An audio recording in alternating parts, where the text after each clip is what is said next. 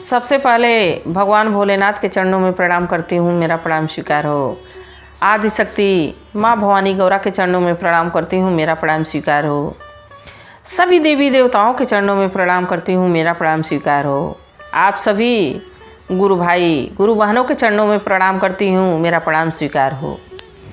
गुरु भाई गुरु बहनों, अगर मेरी वीडियो अच्छी लगे तो लाइक करिए, शेयर करिए, चैनल पे नए हैं तो सब्सक्राइब करिए और कमेंट में महादेव का नाम ज़रूर लिखिए। महादेव का नाम लिखने से, बोलने से जो भी कष्ट है वो दूर हो जाते हैं।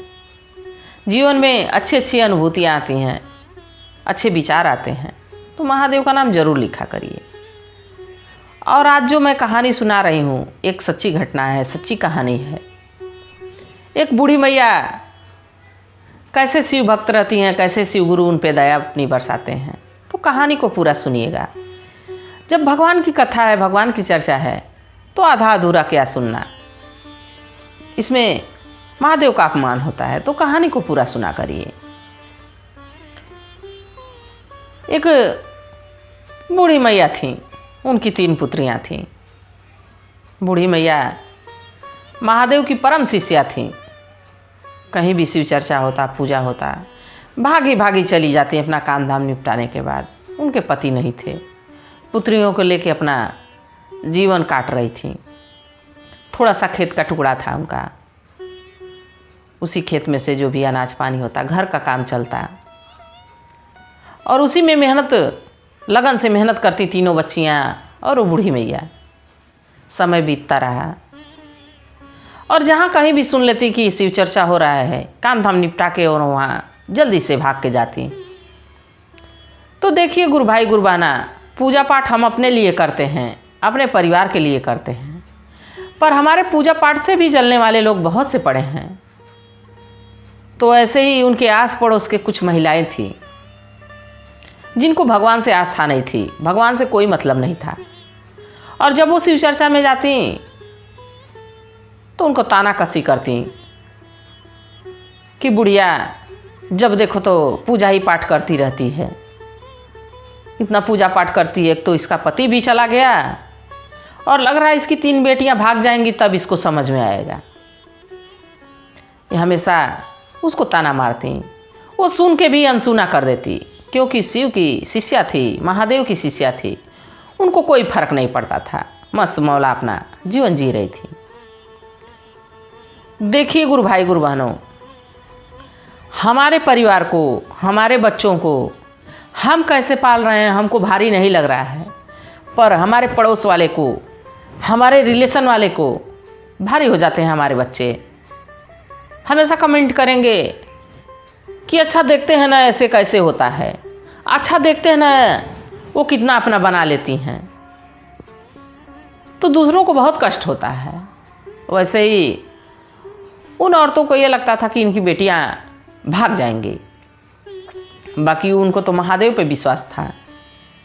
उनको विश्वास था कि एक ना एक दिन महादेव ज़रूर हमारा साथ देंगे और हमारी बच्चियां अच्छे घर पे आई जाएंगी। ज़रूर कोई ना कोई ऐसा रिश्ता बना होगा जिससे हमारी बेटियों का जोड़ा लगा होगा, वहाँ ज़रूर विवाह होगा। और जब भी महादेव के शिव चर्चा में जाती तो उनसे दया मांगती कि हे प्रभु, हमारा जीवन तो जैसे तैसे काट दिए, हमारी बच्चियों का जीवन उज्जवल करिएगा, वो खुश रहें और उनका विवाह अच्छे घर हो जाए। हमेशा यही दया मांगती रहती थी।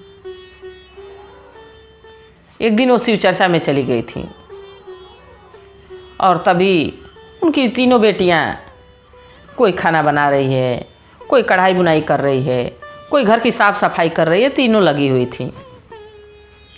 और बड़ी बेटी मन में गुनगुना रही थी, भगवान की भजन को गा रही थी और अपना कढ़ाई बुनाई का काम कर रही थी। तभी उसी रास्ते से एक सेठ जी निकलते हैं और उनकी नज़र उस लड़की पर पड़ती है। कहते हैं कि लड़की तो बड़ी सुंदर है, आज जितनी सुंदर है उतना ही मधुर इसकी आवाज़ निकल रही है, कितना सुंदर भजन गा रही है। और वो खड़ा होकर भजन को सुनने लगे और थोड़ी देर देखते देखते देख रहे हैं कि 3 लड़कियां हैं, तीनों अपना काम धाम कर रही हैं, बड़े मगन से कर रही हैं। तो अब सेठ जी को लगा कि यहाँ रुकना चाहिए। तो देखिए गुरु भाई गुरु बहनों, अगर जो हम किसी को जान नहीं रहे हैं तो अचानक किसी के घर में जा तो नहीं सकते हैं। तो सेठ जी को एक तरकीब याद आई और दरवाज़ा खटखटा के कहे कि बेटा हमको बड़ी प्यास लगी है, पानी पिला देती। तो बड़ी बेटी उठी और छोटी बेटी दौड़ के कुर्सी लाई, सेठ जी को बैठाई, मछली मिश्री का दाना ली और गिलास में पानी ले आके सेठ जी को देती है। सेठ जी कहे कि बिटिया मैं तो पानी मांगा हूँ, तुम मिश्री का दाना क्यों लाई हो?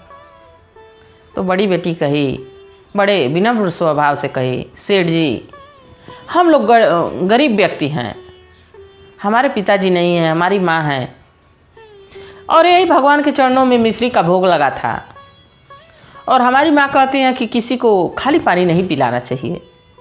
तो हम लोग सोचें कि ये भगवान के चरणों में प्रसाद चढ़ा हुआ है, यही आपको दे दिया जाए और आप पानी भी पी लेंगे मीठा खा के।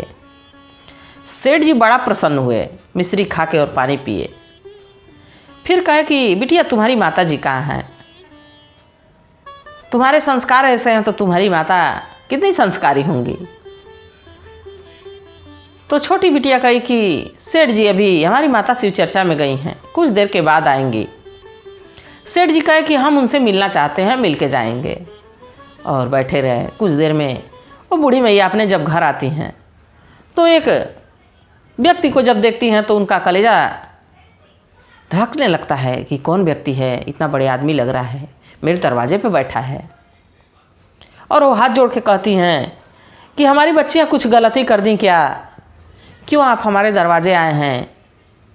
हम तो थे नहीं, कोई दिक्कत हुई है, कोई परेशानी हुई है क्या? सेठ जी कहे कि नहीं नहीं, आपकी बच्चियां तो बहुत संस्कारी हैं, हमको पानी पिलाई हैं, हमारी सेवा भाव की हैं और बैठ के बात कर रही हैं। आपकी बच्चियां तो बहुत संस्कारी हैं। हम एक बात आपसे कहना चाहते हैं, अगर जो माने तो बूढ़ी मैया कहें कि सेठ जी आप कहाँ बड़े आदमी, हम कहाँ छोटे, ज़रूर आपकी बात मानेंगे। तो कहे कि आज छोटे बड़े की बात नहीं है, हमारे 3 पुत्र हैं और आपकी 3 पुत्रियां हैं, मैं उनके लिए आपकी पुत्रियों का हाथ मांग रहा हूँ। हमको आपकी तीनों पुत्रियां बहुत पसंद हैं। बूढ़ी मैया कहीं कि हम तो गरीब हैं, कुछ देने लायक नहीं हैं। सेठ जी कहे कि भगवान का दिया हुआ हमारे पास सब कुछ है, हमको बस परिवार की ज़रूरत है। आप अपनी लड़कियों का हाथ हमारे लड़कों के लिए दे दीजिए, हमको अंधन कुछ नहीं चाहिए। तो देखिए गुरु भाई गुरु बहनों, उन तीनों लड़कियों की शादी उन सेठ जी के बच्चों से हो गई, बेटों से हो गई। बूढ़ी मैया गई महादेव से शिव चर्चा में गई तो उनका धन्यवाद करी, कहीं कि हे महादेव आप तो अंतर्यामी हैं, आपकी कृपा से हमारी बेटियां बहुत अच्छे घर गईं, बहुत सुख में गईं। हमारे यहाँ तो नमक रोटी किसी तरह मिल जाता, किसी तरह तन ढकने के लिए कपड़ा मिल जाता था, पर एक तरह से हमारे हिसाब से तो राजा के घर चली गई हमारी बेटियाँ। तो सब आपकी कृपा है, सब आपकी दया दृष्टि है। तो गुरु भाई गुरु बहनों, समय का चक्र समय कहाँ से कहाँ पहुँचा देता है। कैसे महादेव उन बच्चियों को सुखी परिवार में पहुँचा दिए।